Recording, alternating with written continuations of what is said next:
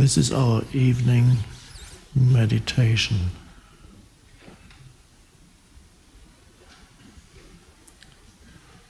Which means more silence than words, hopefully, because you never know what comes out of this mouth. I don't.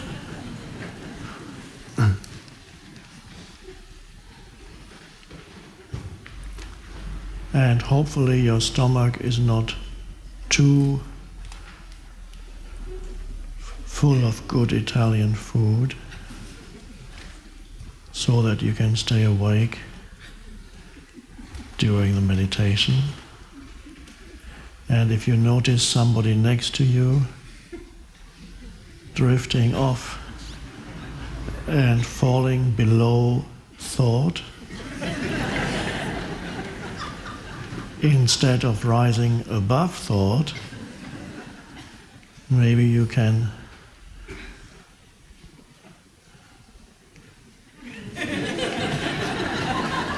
or somebody in front of you, tap them on the shoulder gently. You don't need to hit them like the Zen masters.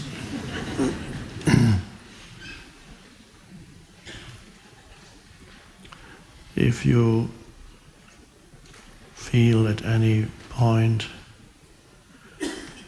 you want to close your eyes, that's fine. There's a common belief that when you meditate, your eyes need to be closed, but they don't need to be closed. It's wonderful to realize you can meditate with your eyes open. Of course, what do I mean by meditate? Quite simply,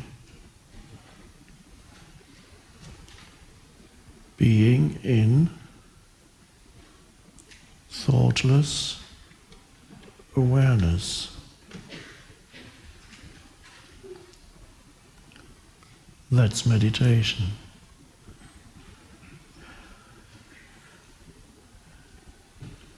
And as I speak,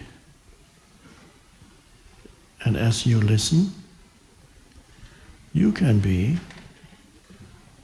in thoughtless awareness. Just a presence. Why not? You don't have to be always a heavy person carrying the baggage of past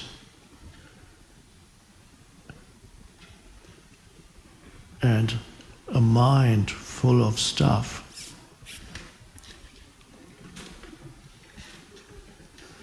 There is another way of being in this world, and that's to be the presence. And this is our meditation. And even as I speak, you can be the presence because there's nothing to think about. What I'm saying is so simple that you cannot figure it out by thinking about it, because there's nothing to figure out. You can't work, what is he saying? Well, he's saying exactly what he's saying. You can't say, oh, I'm trying to understand what he's saying. There's nothing to understand. Stepping out of thinking does not involve further understanding through thinking.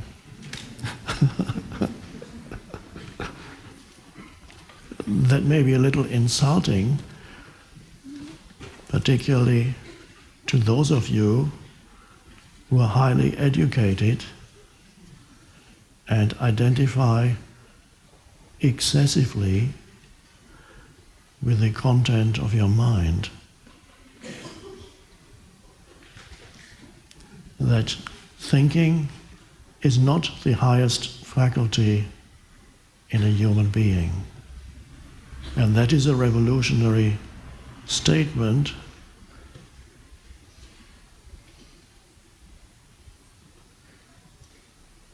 that not many people in the mainstream culture would agree with, because all they know themselves is as thinking entities. But once you discover that thinking is not the highest, because you've touched something, a dimension in yourself that's beyond thinking, that is an evolutionary leap. Even if you fall back into thinking, for a moment you've leapt like the first fish trying to leap out of the sea, because they say life first developed in the sea, and trying to crawl on land is you stopping thinking. And then it gets too difficult, and then the fish gets back into the sea. But that analogy, of course, we need to forget now, because it's not going to take us several million years, as it took to the fishes before they could start walking on land. If that whole story is true, who knows? It doesn't matter.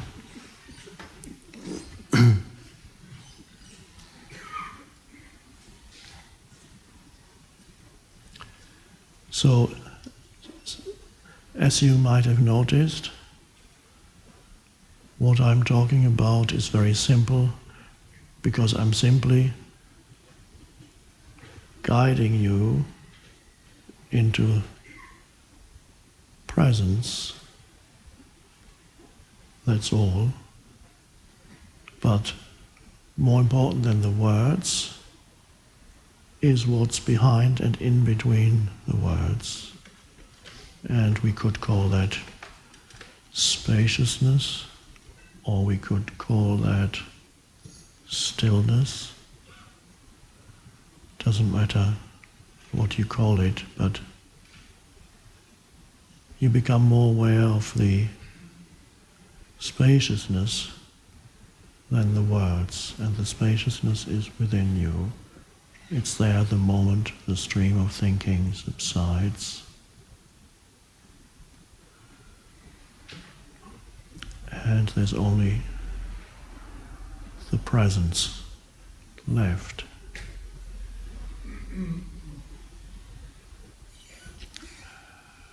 If your mind still tends to interfere and take you out of presence, allow the body, your body, to participate in the meditation, so that you become present with every cell of the body. Every cell of the body becomes present. Now somebody might say, please explain what you mean by that. No, I won't.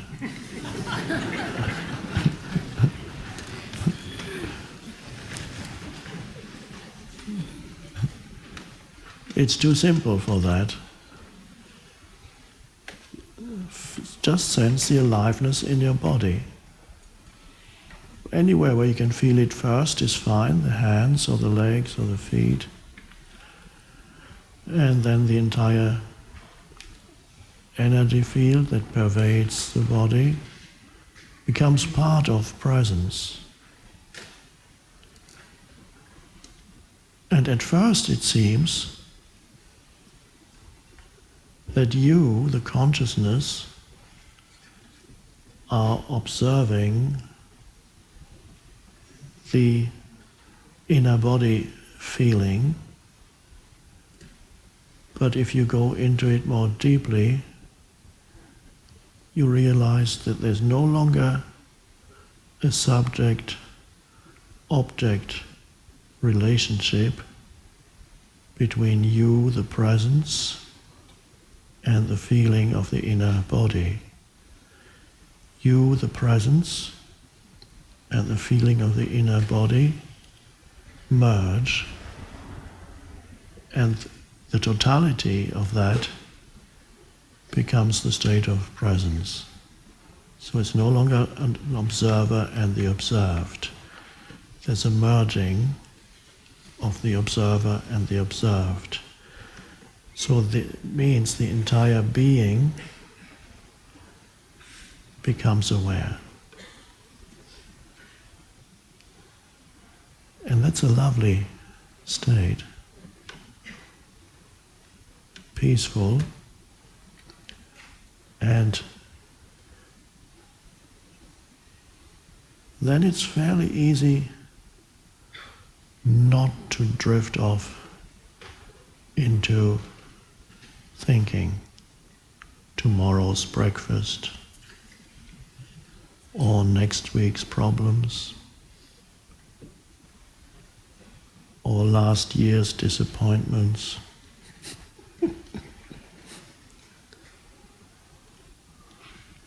And many other things that thinking is concerned with. My problematic life.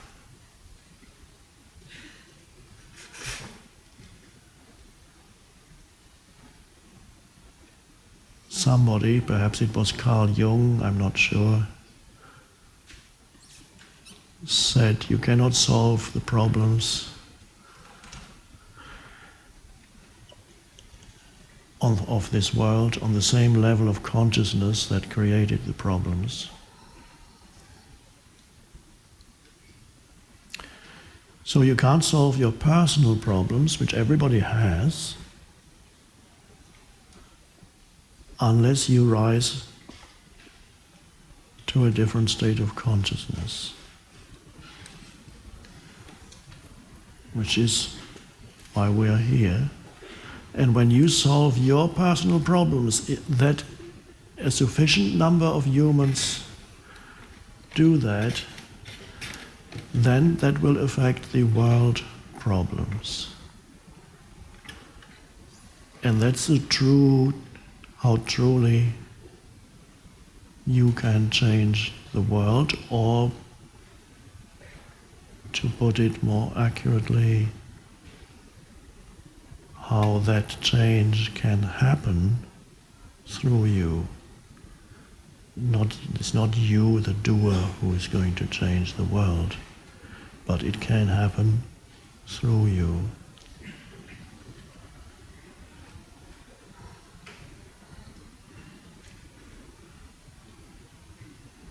In the meantime, there's nothing wrong. In fact, it's wonderful to alleviate suffering where you see it in this world, where you feel called upon to help in your immediate environment or elsewhere. That's a wonderful thing to do.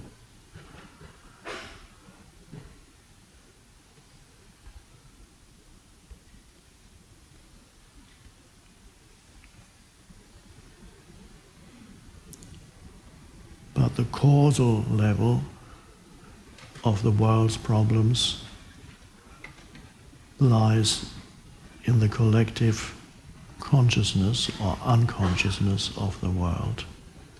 And that is the only place, the consciousness, where deep and permanent change can happen. So that eventually you don't need to help other humans anymore. They don't need your help anymore. You can just commune joyfully with them.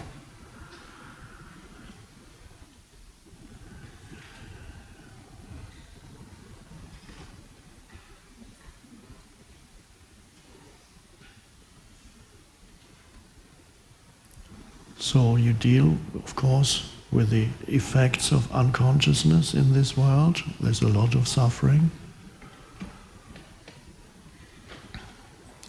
Physical and psychological.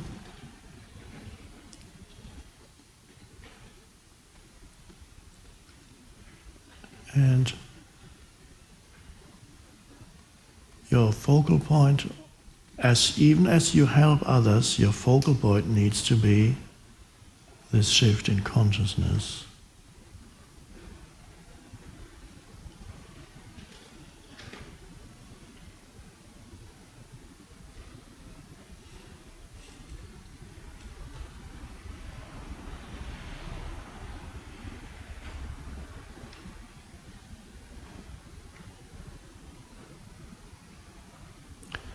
So the entire body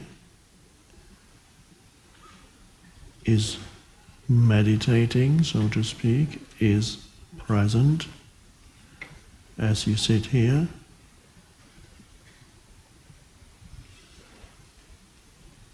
And you can now perhaps easily verify the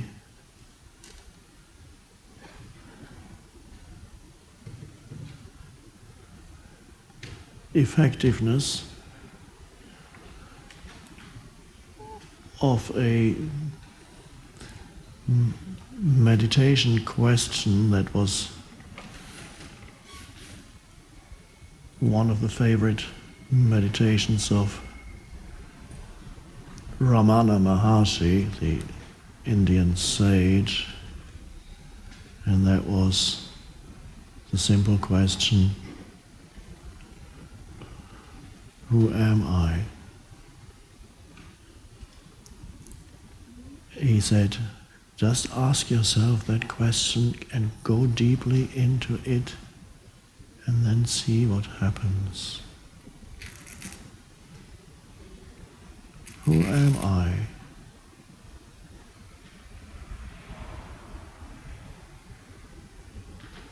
And a little hint, I don't know if he gave that hint. The answer is not in words.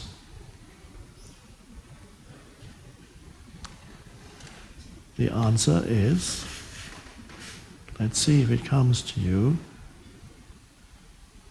Who am I? And you need to be, of course, alert and still after the question has been asked so that you can find out. Who am I?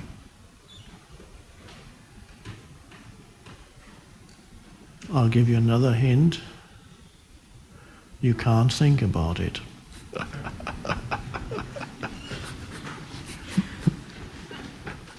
Then you get confused. And then you will say, either you'll say, of course I'm so-and-so, of course then you're certain, but you're well below the answer. Or you say, I don't know, I'm so confused now, you're confusing me. That's because you're trying to find an answer through thinking. Who am I?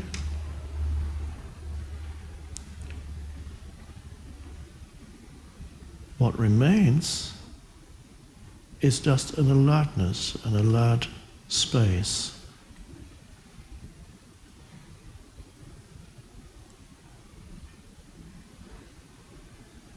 That's consciousness, let's call it your consciousness, but it's not yours. That's your consciousness minus the content, minus forms. Who am I?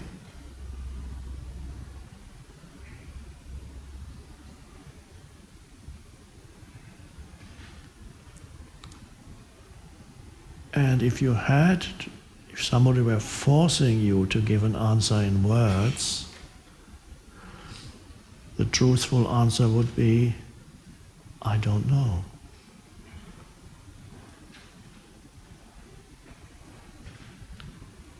Because it is not through any word or concept that you can know who you are. So, on the level of words or concepts, you have to say, I don't know.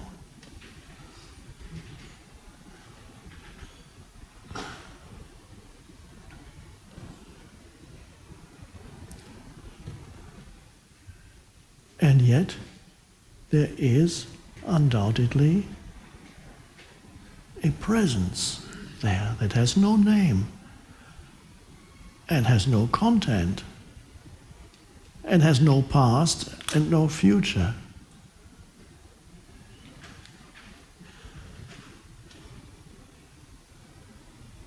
And no problems.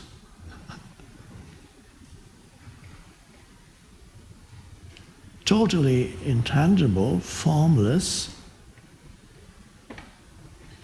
This was what Jesus referred to as the kingdom of heaven. Heaven, the vastness of sky. Heaven and sky in some words are the same word in some languages.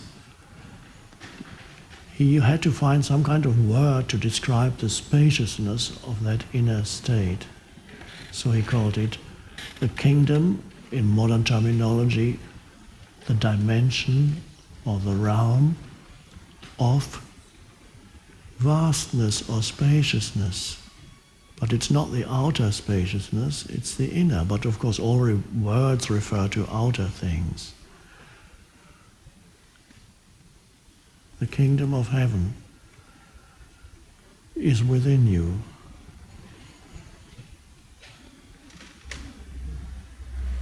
And that's why, because as it has no content and no form, the Buddha called it emptiness.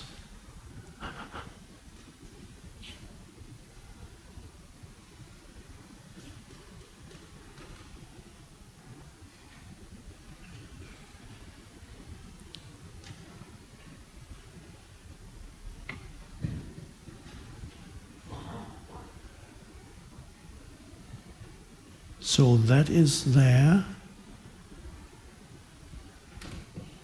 You don't need to sit in meditation to be that, to sense that in the background, in daily life.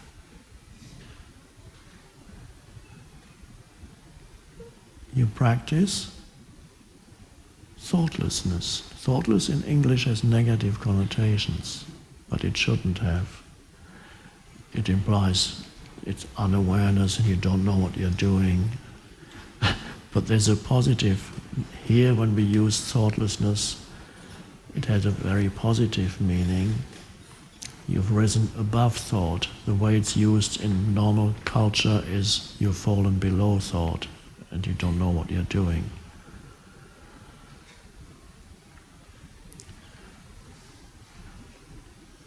This spaciousness, this inner spaciousness, can be there at any time in your daily life. You bring in until it becomes permanent in the background of your being, so that no matter what you do, and even while you're thinking, there's still something you sense that's deeper than thinking. So you're no longer lost in thinking. In other words,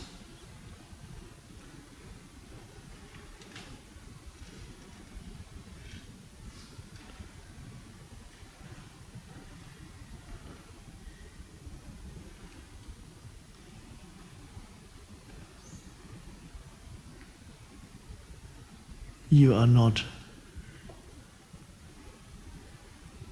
the slave of the mind anymore. You're not possessed by that entity anymore. And then it functions beautifully.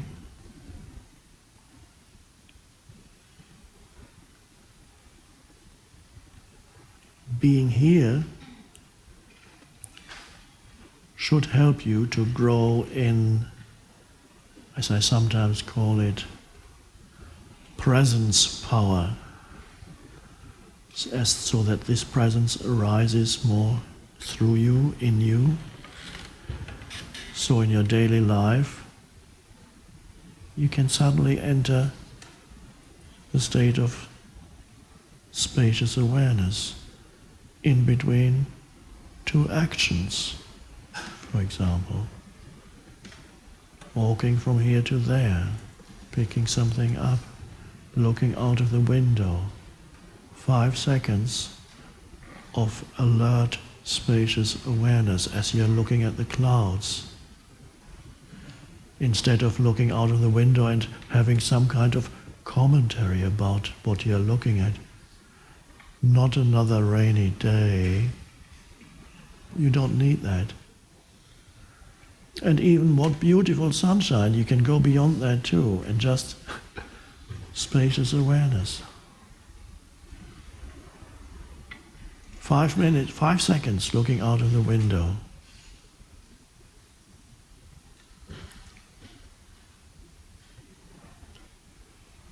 Getting dressed while you put on your shoes.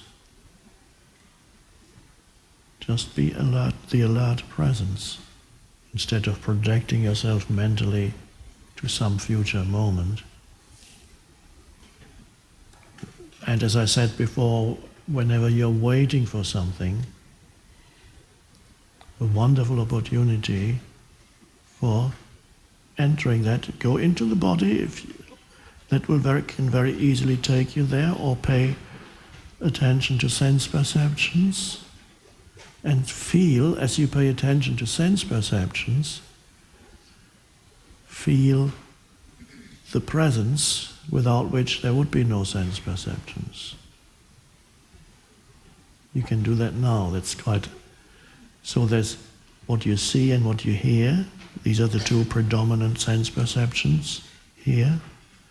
There's what you see and what you hear. That makes up what I call that, as you might know, the surface of the present moment. All the sense perceptions are the surface of the present moment. Changes all the time. And then there is the depth of the present moment that does not change, the now that is forever here, totally timeless. That is your presence, that space. So you are what arises, and more fundamentally, you are the space in which it arises. Ultimately, they're not separate, but we don't know to go into that now. You are the space for whatever arises in that space of consciousness. So content, I call it. There's content. The content of your consciousness is sense perceptions, seeing, hearing, smelling, touching.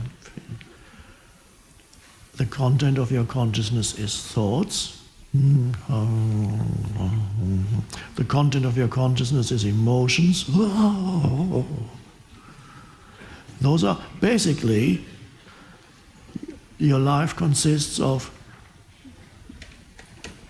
put these into a pot, sense perceptions, thoughts and emotions, stir,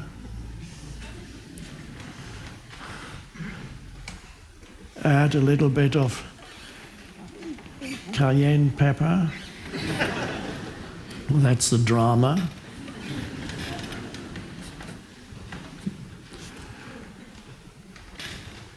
And whatever else, other spices that you want to add.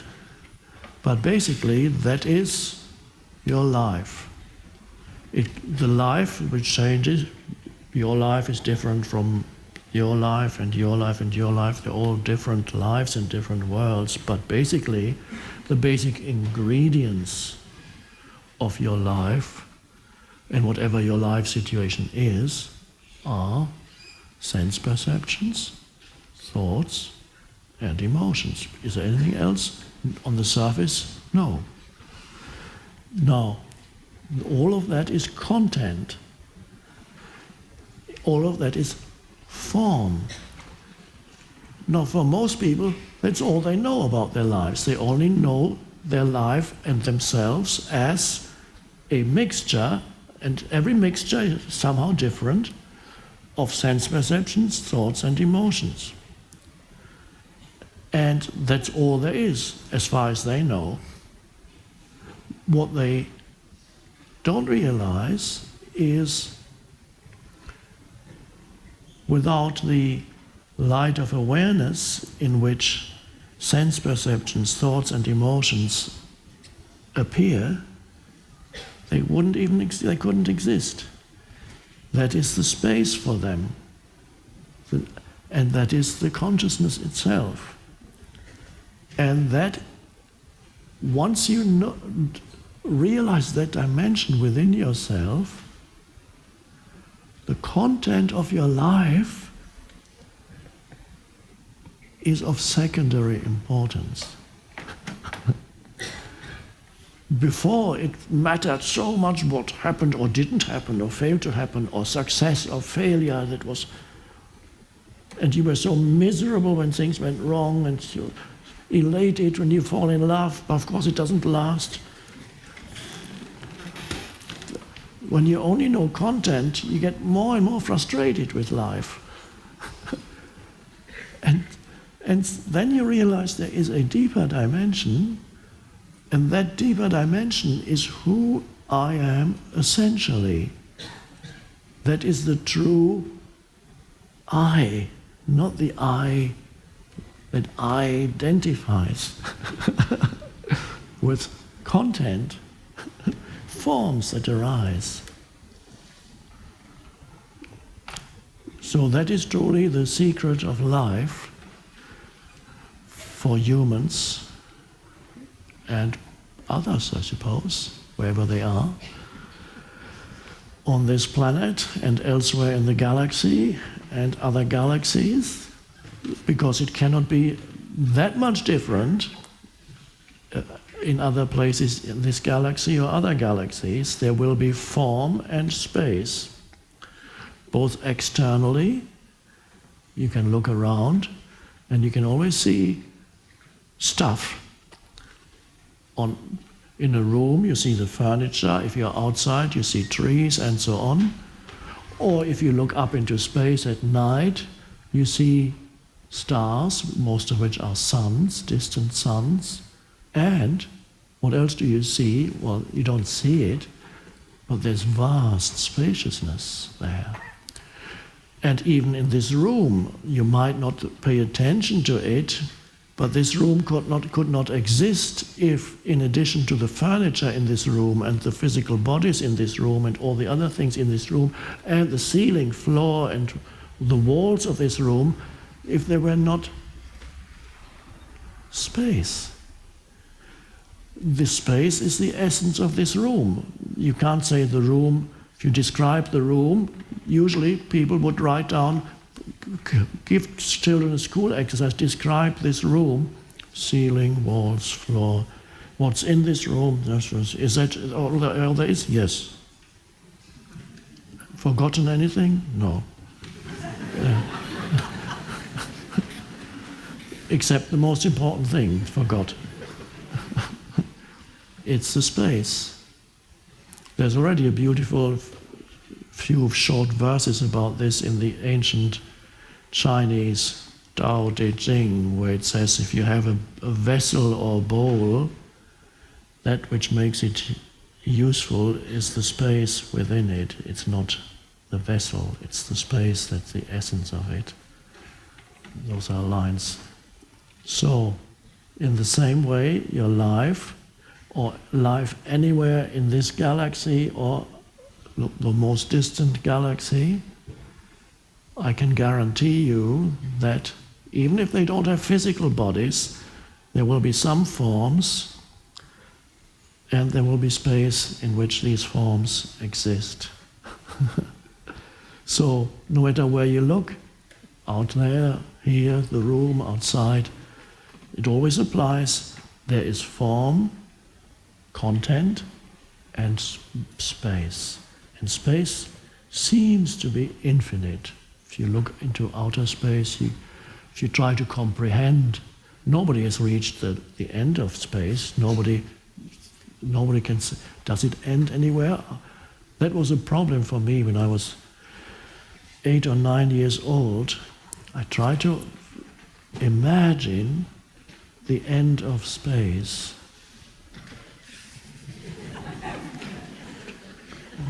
You go on and you go on, and then suddenly, but what's beyond that? And if there is something beyond it, it's not the end. And I asked my father, and he tried also to visualize, and he couldn't do it either.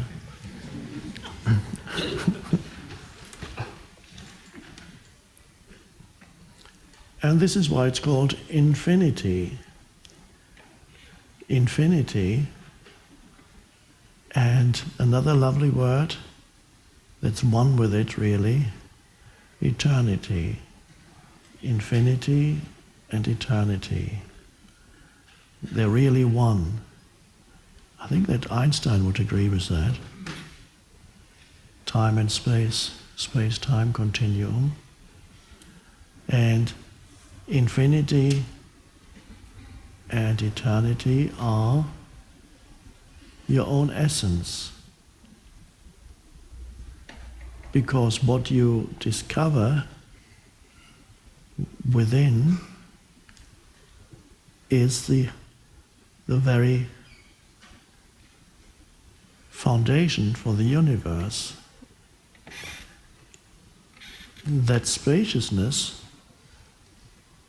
is the space out of which everything came before the Big Bang. Just timeless, eternal, eternity and infinity, no form. Scientists, they stop there. They sometimes try to figure out the Big Bang, but nobody tries to go before the Big Bang because you can't. There was no before because there was no time. Can't understand that. You go mad if you try to understand it. But you can know this experientially within yourself as inner space, just presence.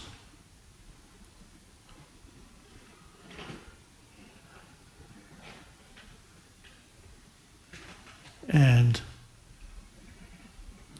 as we saw the other day, we talked about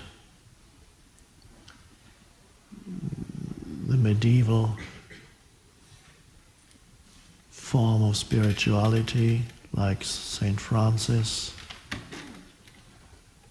attempting, not seeking pleasant forms. Saint Francis never sought out, he appreciated when they came, flowers and so on, but not seeking them out, in fact, being very happy with unpleasant forms, almost seeking out unpleasant forms. And seeking out, like in the story that we heard, the man who went to the city square, sat there in the middle and got mocked and things thrown at him every day, and he went back every day in an attempt, I would call it, he wouldn't have called it that because he used different terminology, in an attempt at self-annihilation, the annihilation of the ego. If you go back to the same square where you are mocked and people throw things at you and pull your hair and laugh at you, and you go back every day, it is an attempt at inviting the death of the ego being identification with form, with content. And if you make it so unpleasant, the content in your life, the idea behind it is that it forces you into transcendence. It forces you into going beyond content. And suddenly you find that deep peace inside and you don't know where it comes from. And externally there's the unpleasant conditions, but you have disidentified from them, thereby the ego has died, and then whatever terminology you use to explain what happens to you then depends on your culture, as this man might have said, the monk. I don't know what he would have said. I became one with God, or the sacredness, or infinity, eternal peace. And traditionally, one spiritual path in Christianity is closely related to that, and that is identification with the suffering of Jesus on the cross. So any suffering that you undergo in your mind, you undergo it together with you're repeating the archetype of the suffering of Jesus. And that is how the image of the man on the cross can lead, if you identify with it, there's no guarantee, it could mislead you too, there are lots of ways in which it can go wrong. It can lead to self-annihilation of the ego, and then to an awakening into the formless. And you're then, in whatever terminology you use, you're one with the one, you're one with God, you are self-realized, enlightened, whatever you want to use, or you're simply at peace. So that can work too.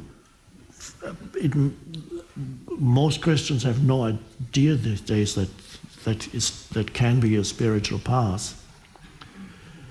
But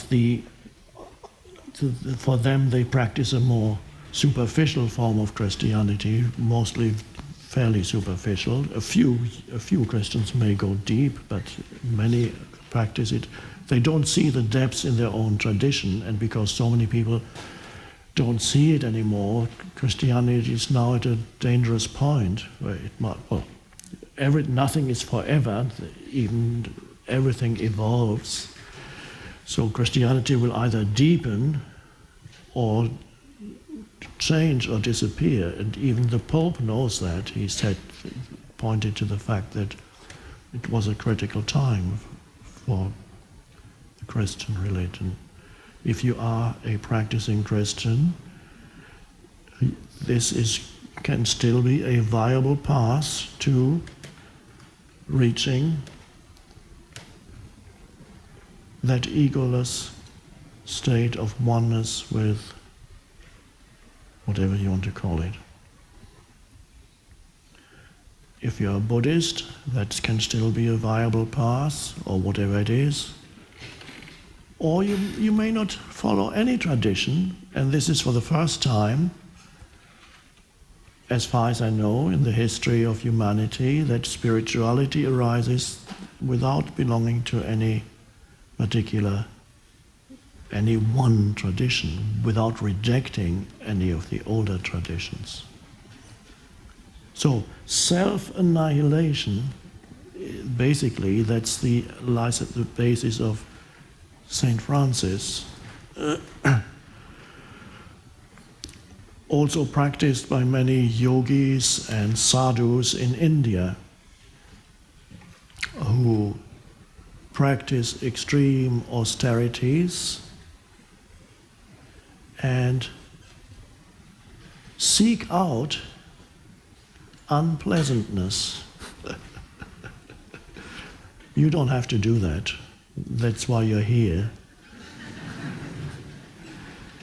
But if you were not here, there are many other ways. You could go to India and sit in a cave for 20 years, being stung by mosquitoes, but not minding anymore, and all kinds of bugs come and creep on you, and a few people will come and feed you. It won't be gourmet food, but that's okay. You don't want gourmet food anymore, you want the worst. So that you can disidentify from form, so that life forces you deeper, so that you go beyond all form. That's the idea behind it. Sometimes it works, and sometimes it doesn't. And if it doesn't work, then you just become more and more lifeless. Have another go next time.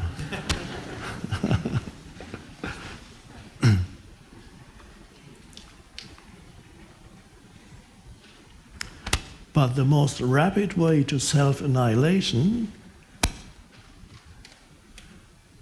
and easier, more pleasant, but you need to be up to it. Your consciousness needs to have reached a certain level where this becomes a viable path for you, and that is simply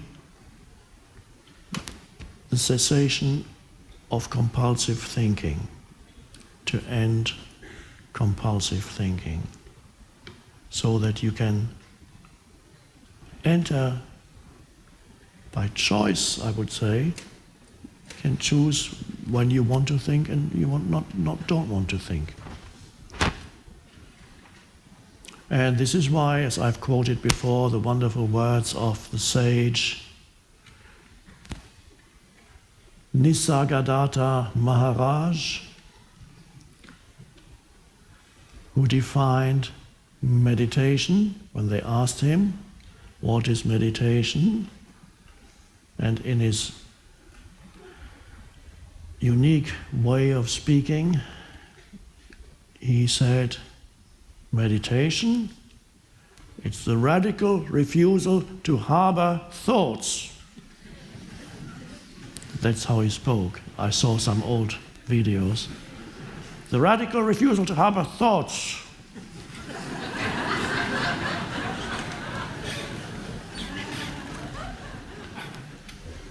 And that stopped some people's minds.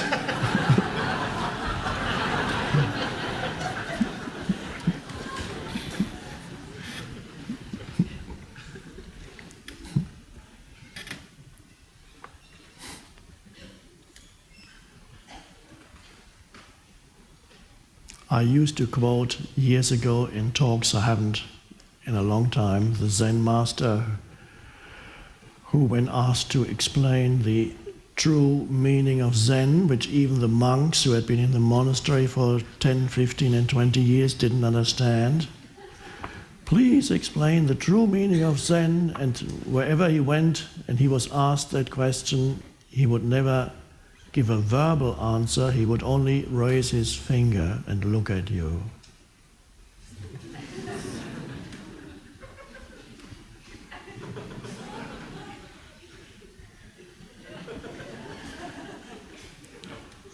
And so the questioner would go,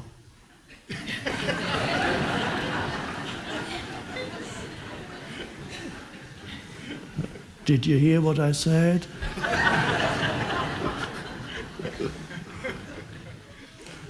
But a few questioners got it, and that's called Satori. Satori is a moment of a flash of enlightenment. It might not last, but it's a flash.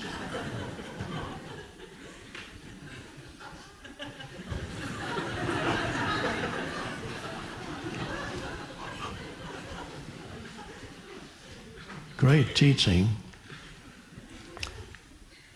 Zen originally came into being because Buddhism had already become burdened with conceptualization and intellectualism.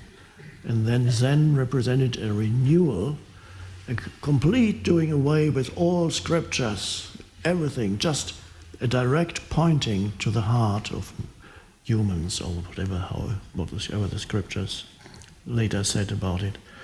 Direct pointing, no more reference to old ancient scriptures, and you even have stories like the Buddha statues, the Buddha rupas, not to venerate them excessively. In fact, if the Zen master got cold in the winter, he would be quite capable of throwing the Buddha statue into the fire to keep. So Zen was a very radical thing, and then over the centuries it assumed more form. Some of the power was lost except in a few masters here and there. Then in itself it became already also burdened to some extent. But originally Zen is a wonderful, wonderful teaching. Basically, as you know, it says, don't think. That's Zen. I just saved you 20 years in the monastery.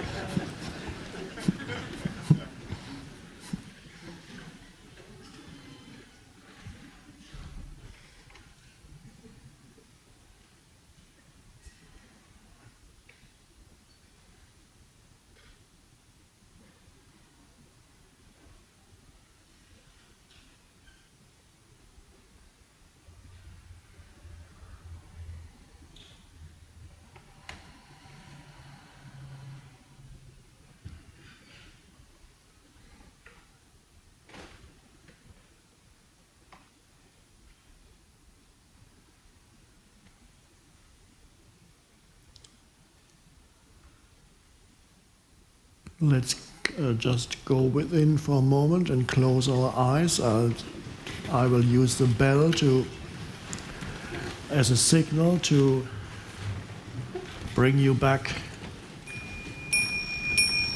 here, and then we'll finish our meditation.